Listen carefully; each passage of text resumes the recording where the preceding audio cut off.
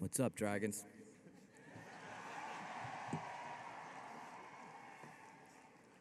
All right, let's start with how grateful I am. I met John Fry at an Eagles game before we were the Super Bowl champs. I want to thank Drexel as a community. I want to thank the trustees, and I understand there's like 20 to 25,000 people here. I want to thank all of you for coming here today and let me be your speaker today. It's quite an honor. I actually came here, guys, to ask you a question. How many of you are going to change the world? Now, ideally, all of you would have stood up and would have yelled and screamed and cheered and chilled this damn stadium. For those of you who don't know me, I'm a filmmaker. I was born in India, and I spent my whole life here in Philadelphia. And I'm going to tell you two versions of my life so far, both equally true. This is an attempt to be real for a second with each other. This is going to be a really unusual commencement speech. Well, here's the first version. Went to NYU Film School on 2 scholarships, graduated in a little over 3 years, made my first film at 21, making me one of the youngest professional filmmakers in history, sold an original script in one of the biggest bidding wars of the time, and then went on to be a writer on 3 films that went on to be the 3 biggest films of that year for 3 studios. One of them was A Sixth Sense. I wrote at 25, directed at 27, went on to become one of the biggest films of all time. Wrote and directed nonstop from then till now, culminating at over $3 billion in the theaters, most of which came from original movies out of my head. Word for word, I could argue that I am the highest paid writer in the world. I've been offered every franchise film you can imagine. Everything I've ever written since puberty has been offered to be made into a film. My films have opened #1 in every country in the world countless times. Most likely every adult in this stadium has seen one of my films. Most likely every one of these adults has given me money. I have never had a job other than a filmmaker. I walk into a room with other filmmakers, and the word I hear most often is honor. It's an honor to meet you. I meet artists from around the world, and they say, you are an icon. So now here's the second version of my career. Made a film at 21. It was pulled from one theater in 2 weeks. Made a second film that was pulled from a handful of theaters in a couple weeks. The second film was reviewed by major reviewers and despised. 2-time failure at 24. Living in my parents' guest room with my new wife. Sold a script to Fox and was immediately fired by them as the director. Show my film The Sixth Sense to people. No one thinks it will work. It gets dumped in the worst release time of the year back then. Make a few hit films in a row. Then make a film that Newsweek calls the worst film of the year. Win countless awards for failure and lack of talent as the years go by. There is an internet blog mocking me and raising money to send me back to film school. There is hatred from critics and bloggers alike. I make children's films that get roasted and fail, have a press screening of a film that I love, and in the middle of the press screening, a person stands up and says, this film sucks. Never happened before or after. A studio's computer gets hacked. In those hacks, there are released emails that say they don't believe in me and wouldn't hire me. Find myself questioning myself, every thought that comes out of my head. The world of my industry has decided I have no worth. I am a cautionary tale, a person who got lucky for a time, but revealed himself to be a sham. I make an independent film that I pay for, and every single studio passes. I am on the verge of financial collapse. I do not believe in myself. How do we explain these two versions of a life? How does this all make sense? You know, it did make sense to me, and I can go back and understand it all, because there was a principle at work, and I didn't see it. I was incredibly powerful at every step of the way, and I didn't see it. I am here to put forth the theory that every one of you is insanely powerful and don't know it. Let me tell you the moment kind of this all started to make sense to me. So I told you I decided to pay for a film, right, this independent film.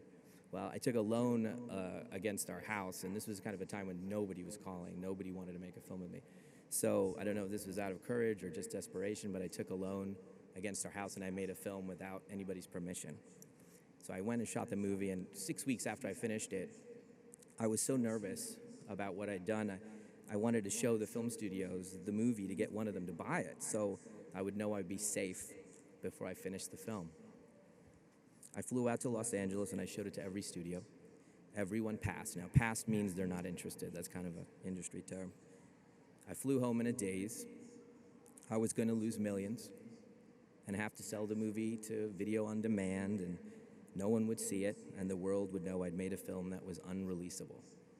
I came home into my house, and I saw my family. I was really quiet. Obviously, I was in a daze, and my youngest daughter, who's here somewhere, was in the dining room, and there was a puzzle box that she wanted to do that we were given, and I promised her we would do this puzzle. And I just was standing there in a daze, and I was like, "You want to do the puzzle?" I asked her softly, and she said, "Yeah." She was really excited.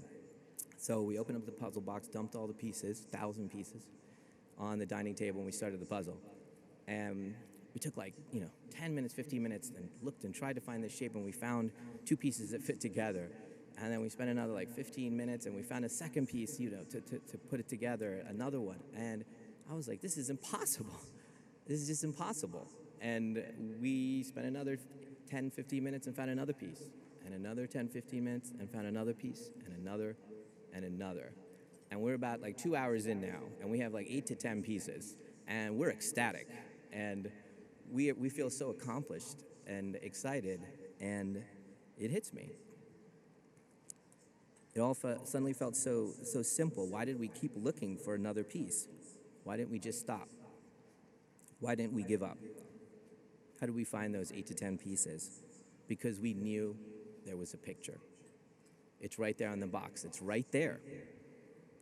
And then it kind of all, I literally remember this moment in the dining room. It all felt suddenly so simple, intensely simple and right. I don't need to know what the picture is of my life. I just have to trust there is a picture. Find the next puzzle piece and trust. Don't try to figure out the picture. Don't try to find all the pieces at once. Find one piece, trust the rest. I felt relief, and more to the point, I felt powerful. So I went into the editing room the next day, and I just made one scene better, just one moment better, and I just concentrated, tried a different take, moved the line a little bit, tried a different, sound effect here, made that moment better. Then I made another moment better, and another moment better, and another moment better, and I just stopped thinking about selling the movie. I stopped thinking about what was going to happen to me, and I just got addicted to this feeling of finding that next thing, making that next thing better, and I just did that day after day after day after day, and then when I was almost done, I was like, I know who I want to show to. There was one studio that said they wouldn't mind seeing it when it was done, and so when I finished it, we went to a movie theater in Los Angeles, and I asked this one studio to come out there. We showed them the movie in front of an audience. The audience went crazy. They bought the movie. That movie was The Visit. It was bought by the Universal Pictures, and it went on to become one of the biggest independent movies of that year. And it cost $5 million. Thank you. And it made $100 million, and I owned it.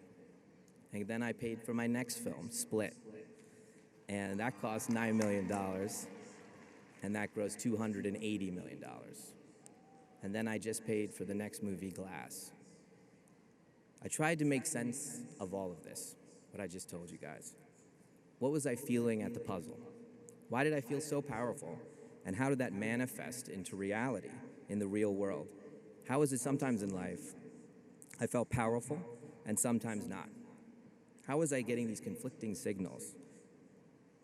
How come the system held me in place where it wanted to, and other times I could do what I wanted?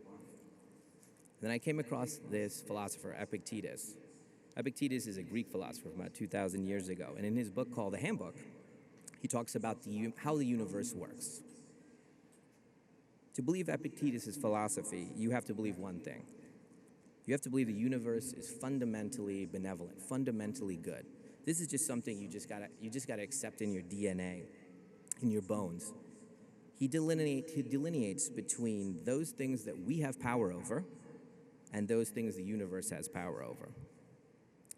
At any moment in our lives, we have control over countless things, including our thoughts, and that is enough. When we try to put control or put our energy into those things the universe has control over, it will backhand you and teach you otherwise. It is in this dynamic that we get confused, where we start to feel falsely powerless.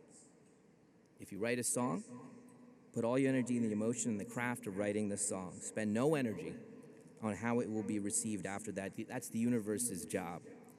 It may want you to fail on your first few albums, but let you find the exact right writing partner that lets you dig deeper and find that point of view that will change the world. It is none of your concern how the universe helps you. You just have to believe the universe is moving on your behalf to let you grow and give you countless opportunities to do what you are doing. You got fired in the field that you love, there was a reason, one that will help you. What do you have control over at that moment? That is enough. A person who concentrates on what they have power over becomes unlimited in their ability to manifest what they want in the world. What do you have control over, and leave the rest to the control of the universe? It's on your side. Don't try to get involved in its business. You're going to get smacked. This kind of dovetails with my belief that we are powerful antennas, and whatever we're concentrating on and doing draws like things. This is all probably physics, actually, the movement of energy, and we call it the universe, and some people call it God. We are extremely powerful. I want to give you a couple little anecdotes, a couple stories. One is actually from a friend of mine, Frank Marshall, who's a producer. I did not ask his permission to tell this story, so he may get upset. But when he was younger, he was in Italy, and he was working on a film. He was an associate producer working on a film for a director named Peter Bogdanovich. And this was a long time ago. And it was in Italy, and they were having lunch, and a young filmmaker named Steven Spielberg came to visit the set. And they sat down. He told me the story. They sat down for the lunch, and Peter Bogdanovich, the director, said, "Hey, can you fix that XY? Did you guys take care of that XYZ problem? I'm really worried about this." And Frank sat down at the table, and all the pasta was laid out for everybody, and he just got up and said, "I'm going to take care of this right now." And he left. And Steven Spielberg saw that Frank got up and didn't eat his pasta. And this little moment stuck in Steven's head, and he thought to himself, gosh, I want somebody like that helping me make my movies. Fast forward to a beach many years later, and George Lucas and Steven Spielberg are talking about making a movie, and Steven says, "I'm going to direct James Bond," and then George Lucas says, no, I got a better character. He's an archaeologist. Tells him the story, and Steven's like, I'm in, I'll direct it. And then they say, well, who should produce it? And then Steven says, oh, well, there's this guy I met a long time ago. I'm going to check out and see where he is. So he calls up Frank Marshall and asks him to be the producer of Raiders of the Lost Ark. And Frank goes on to become one of the most prolific producers of all time, including producing 3 of my movies. Does Steven remember this man if he isn't entirely about the things that are important to him? If he literally eats that pasta, does he not become the biggest producer of all time? And I think about that story a lot. I'm going to tell you another one. 1961 in Dartford, England, there's a 17-year-old boy. He's obsessed with American blues, in specific Chicago bluesmen. He spends all his time listening to the radio and trying to find these American records, which were hard to find in London at that time. All he does is think about blues and music and play his guitar. So one day he's sitting at a train station, and he sees another kid around his age waiting for the train. This kid that's standing there waiting for the train is holding a Chuck Berry album and a Muddy Waters album. This 17-year-old is sitting down, gets up, goes over to this kid, and says, "How'd you get these albums? How did you do this? Why are you holding these albums?" And the 2 kids start talking. The kid who's holding the album says, "Oh, I know a place that has these, an underground place. Let's go." They talk about blues and all that stuff. The boy on the bench at the train station is Keith Richards, maybe the greatest rock and roll guitarist of all time, and the boy with the records is Mick Jagger, maybe the greatest rock and roll lead singer of all time. They go on very soon after that meeting to create the Rolling Stones. So was that luck? Was it God? Was Keith Richards concentrating so much on what he had control over that he noticed what the boy was holding? He could have easily been looking at the pretty woman that was waiting for the train, or the dad who was yelling at the son, or he could have been staring at nothing. Whatever he was focused on was there to be seen. Did the universe bring the greatest rock and roll singer to the train station at the exact right moment with those albums? Did the universe make sure he was holding it in his left hand and not his right hand? And for you critics out there, was it just luck? But see, this kind of stuff keeps happening to me over and over and over. The exact right thing I need to see or happen happens when I'm focused with clarity, like an antenna, like we all are.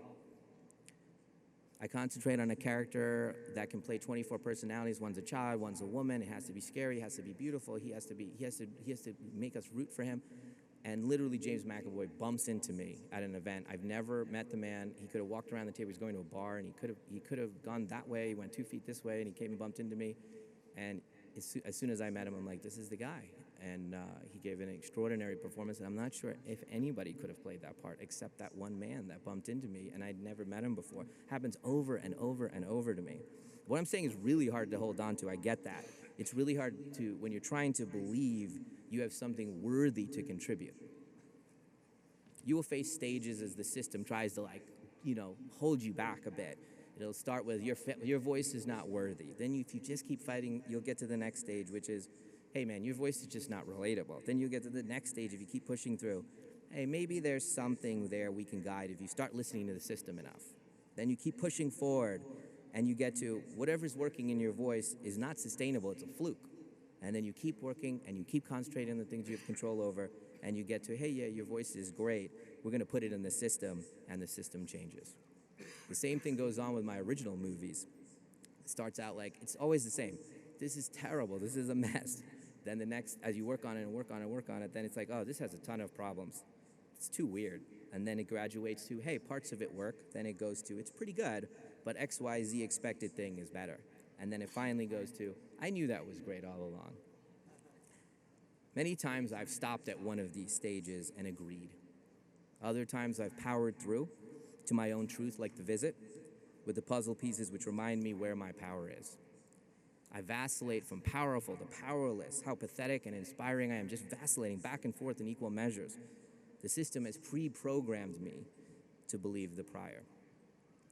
It's why our basketball players miss their open shots. They don't realize they're in complete control of the outcome and believe they might be powerless, and the circumstances will prove that. You can see it as they're taking that shot when it goes from the things they have the control over to wondering what will happen, which is the universe's job. It's why we shove away someone we love and we're getting intimate with. We feel the need to protect ourselves because we're not in control of the outcome and we'll get hurt by what the universe sends us. Our fear of what we have power over, our actions, our gestures, our words, our thoughts, isn't enough. We grab for what the universe has control over. And here's the strange part. We are all bizarrely scared of our own power. Every time we feel it, we shut down, start fearing it isn't true, waiting for something bad to happen to disprove what we just experienced. This leads to destructive postures and actions, and more to the point, we put our energy into the things the universe has control over and feel powerless, and the cycle spirals. I can feel it in me when I'm worrying about the reaction to the ideas I have versus working on the execution of those same ideas. We keep wanting to make sure the outcome is what we want. Just trust the universe is on our side.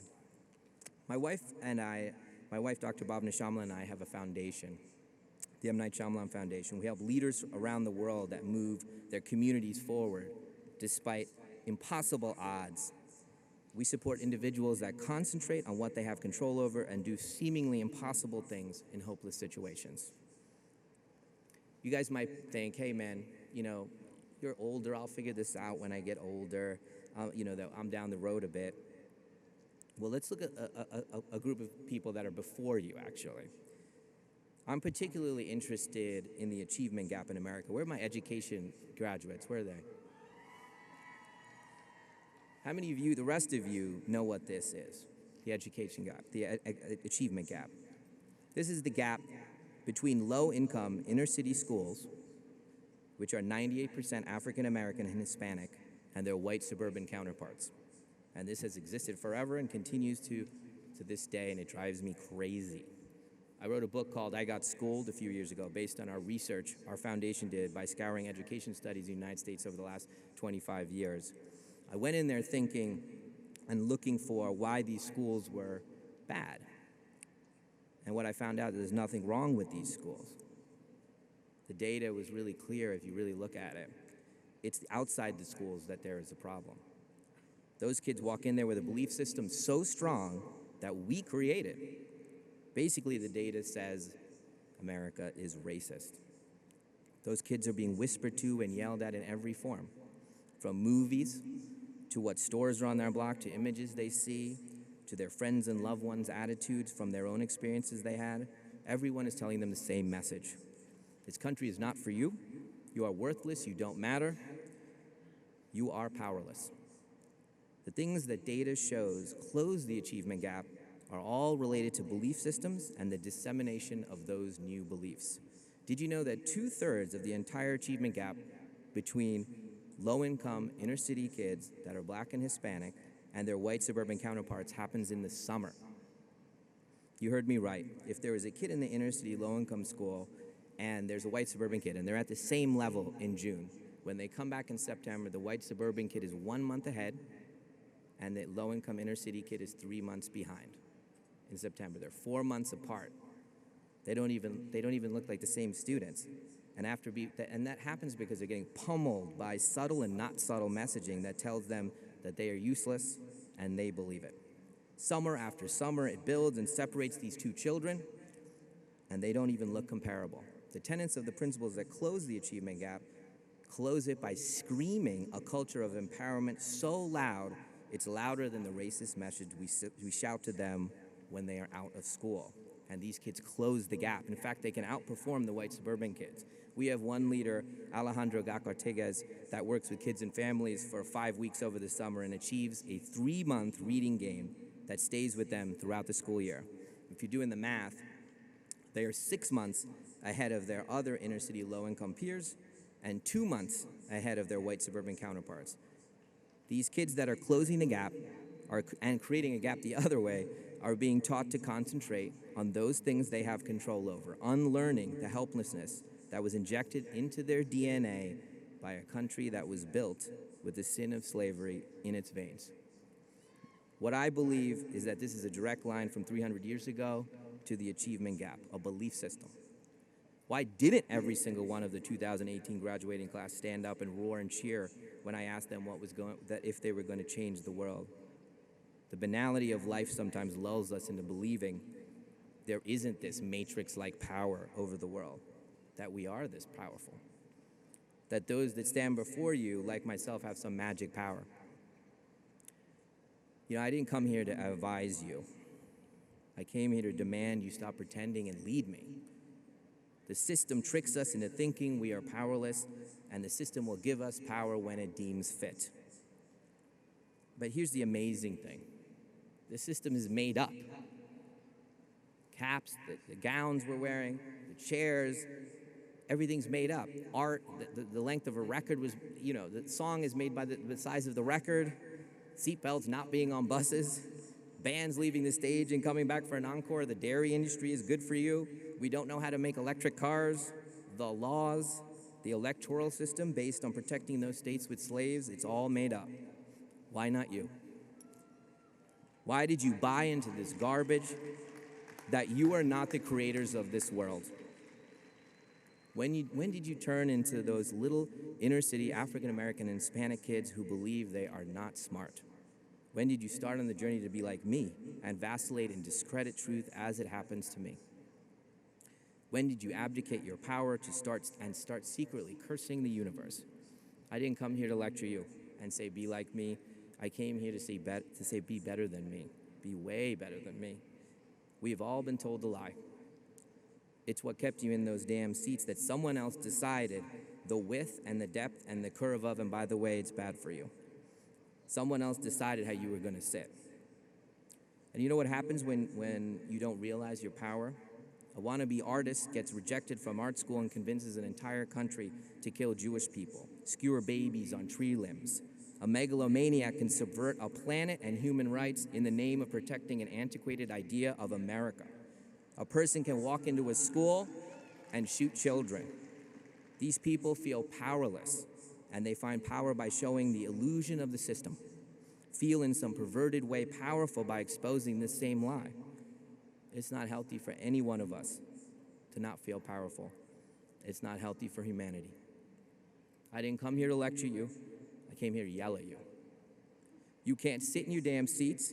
You have succeeded at the highest level, graduating from one of the finest institutions in the world by doing what everyone told you to do in the way they told you to do it. Now stop it. We don't need another 6,000 souls going out in the world thinking they are powerless unless they succeed at a system that was laid out for them before them. I don't accept you are too young to know better. I don't accept your passivity. I don't accept your fears you have told yourself.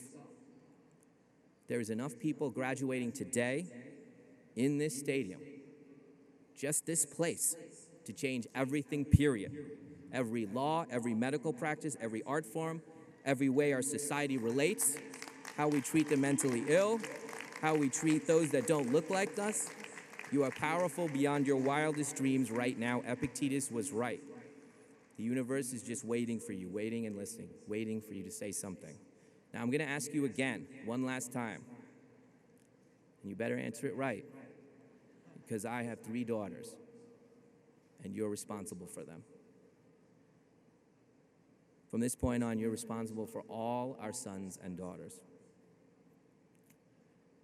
Class of 2018, how many of you are going to change the world? Thank you for listening to my theory of you guys.